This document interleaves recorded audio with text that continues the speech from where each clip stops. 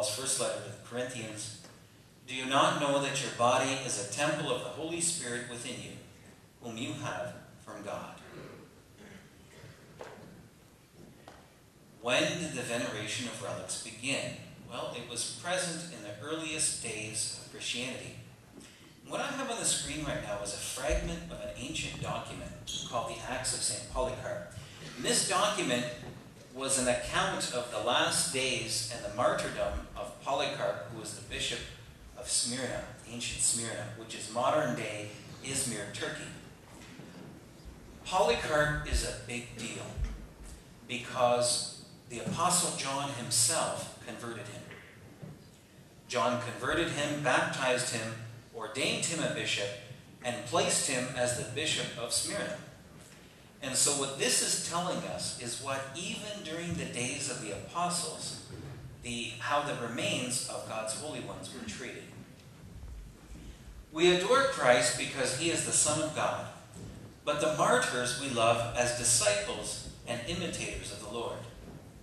So we buried in a becoming place Polycarp's remains, which are more precious to us than the costliest diamonds, and which we esteem more highly than gold. Likewise, from the beginning it was taught that we venerate relics only for the sake of worshiping God. St. Jerome, the church father, writes, "We do not worship relics, we do not adore them, for fear that we should bow down to the creature rather than to the Creator. But we venerate the relics of the martyrs in order the better to adore him whose martyrs they are." Relics are usually housed in something called a teca. A teca, which is a small locket with a glass window through which the relic may be seen. A teca always displays the relic in a prominent place within it, almost always in the center.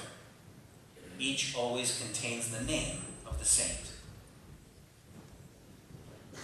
The back of the teca is always sealed with string or wire, and a wax imprint containing the coat of arms of a bishop, abbot, or postulator. These are the three authorities delegated by the church to issue relics. Now, I'm sure you all know what a bishop is. Anyone know what an abbot is? He's the head of a monastery. Okay? He's the chief monk, if you will. Who can tell me what a postulator is? A postulator is the person with the charge of furthering or advancing the cause of canonization. When the church is formally investigating someone for sainthood, someone is appointed to oversee that cause, to assemble all the historical evidence and all of the testimonies of the virtues. And that postulator submits all of this to Rome. If and when the person being investigated is beatified, is declared blessed, then the postulator has the right to issue relics. Or beatification, or being declared a blessed, is the last step before canonization. Another question. So you're looking at the back of a teca here, and what you're seeing are the threads that have been threaded through some holes on the side of the teca. A knot has been tied, joining them. And over that knot, some hot wax has been placed. And on that wax, a bishop has placed his seal. Why do you think the church would seal a teca this way, which is very physically unsecure? In other words, for me to get at that relic, all I have to do is cut those threads. Why do you think, though, the church would seal a teca this way and wouldn't seal it in a more physically secure way? For example, by placing a metal backing, welding a metal backing on the teca. What does this accomplish that a metal backing would not?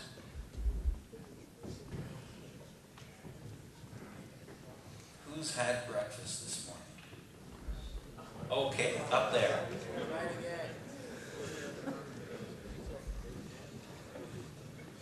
Nobody wants to stab at it?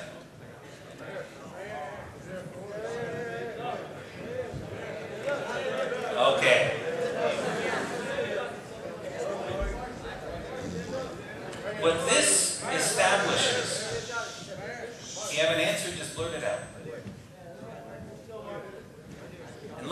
let's not volunteer anyone. Okay? What this accomplishes is authenticity. If the threads in the seal are present, then you know the relic has not been tampered with since the day of its issuing. And the church is very scrupulous about that. It wants to be certain that what is being proposed for people's veneration is the real thing. And so there is no way to tamper with that relic without either removing that wax seal and untying the threads or severing the threads. Either way, it will be obvious that the tekka has been tampered with. And tekkas with seals or threads that have been broken are forbidden to be used for public veneration. There is always a document issued with a tekka. The document always states the name and the authority of who issued the relic. The case of this document is the Archbishop of Salzburg in Austria. It contains the seal of the issuing authority and the date of the sealing. The seal of the document matches that of the tekka exactly. It contains the signature of the issuing authority. But very importantly, the document always states what exactly is in the tekka. In this case, it is a particle ex ossibus, that is, from the bones of St. Francis of Assisi. And other than ex ossibus, the most common types of relics are ex carne, from the flesh, ex indumentis, from the clothing, ex habitus, from the religious habit or robe, ex arca sepulcrali, from the coffin, and ex cineribus, from the dust, that is, disintegrated flesh. When a body is placed in the earth, it breaks down and becomes earth again.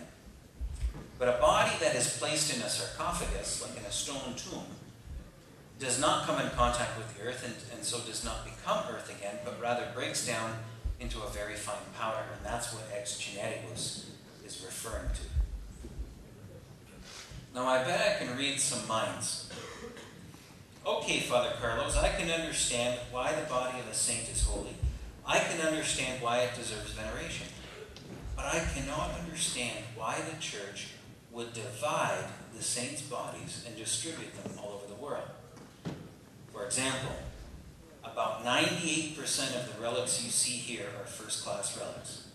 They're fragments of the body, either bone or flesh, of the saints. Why would the church do that?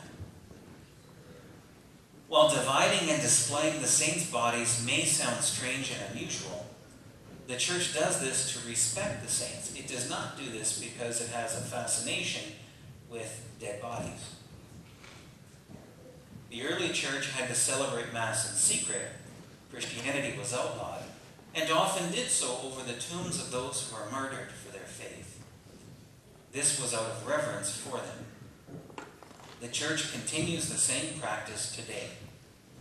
It is customary to place a saint's relic inside every church altar. It is usually contained within a marble stone in the center of the altar. This stone is what the priest reverences at the start and at the end of Mass when he kisses the altar. It is the relic stone he is kissing. And that's what a typical relic stone looks like. I simply lifted up the altar cloth, it's a wooden altar, and snapped a picture of what I saw. And so the dimensions of that relic stone are approximately 10 inches by 12 inches with a depth of about 2.5 inches. And the relic is encased in the center here within a chamber, which is then covered with a smaller stone. Here's where it gets really interesting. I'm going to talk now about some very significant relics. What you're looking at on the screen right now is a modern-day photograph of Saint Bernadette of Lourdes. Bernadette was the saint to whom Mary appeared in Lourdes, France in the 1800s. Bernadette has been dead 131 years, and that is what her body looks like today. and absolutely nothing has been done to preserve it in this current state. The body is miraculously preserved. Towards the right of the screen is again a modern-day photograph of Bernadette, and towards the left is a photograph taken at her wake in 1879. And how this was discovered was during Bernadette's beatification. During the beatification process, there's a formal recognition of the mortal remains or the relics of the person being beatified. And so what happens at that point is the grave is opened. And people expect, usually, sometimes, to find bones. Sometimes there's nothing there. In other words, the earth has consumed everything, but often there is. But in Bernadette's case, her body was lying whole and intact in the ground. The grave she was in was very damp. So damp, as a matter of fact, that her clothing was disintegrated in many places. And the rosary that she's holding in the picture at her wake, there was so much dampness in the grave that the metal links holding those glass beads together, many of them had rusted away to nothing, and so didn't exist. The glass beads, many of them were just lying scattered around her. But there was no decomposition at all in her body. And so the church at this point had a problem. And the problem was this. It did not want to be accused of playing a trick on the faithful. It did not want to be accused of staging a fake miracle so as to increase the faith of people, get people to go to church more, and get people to give more money to the church. Did not want that to happen. And so what the church decided to do was to hire a doctor, a scientist, to perform an autopsy on the body. And to further give credit to its case that it had nothing to hide, it made sure that the doctor it hired was an atheist. Being an atheist, he was certain that he was going to find a natural explanation as to why Bernadette's body had not decayed. And so the church hired a famous pathologist from Paris, and he made an initial viewing of the body prior to the autopsy. And he said in his autopsy report that at that viewing, he was filled with such a reverence for the body that he went out and he bought a new set of surgical tools with which to do the autopsy, because he didn't want to soil the body with his own set. When he finally began the autopsy, he opened the same through her abdomen. When she was open, the first thing he noted was that there was no smell of decomposition coming from inside her. In fact, there wasn't even the smell that's present in a body, any body, yours or mine. What he noted that he could smell was the scent of roses coming from inside her. He examined her internal organs and noted there was no decomposition on any of them.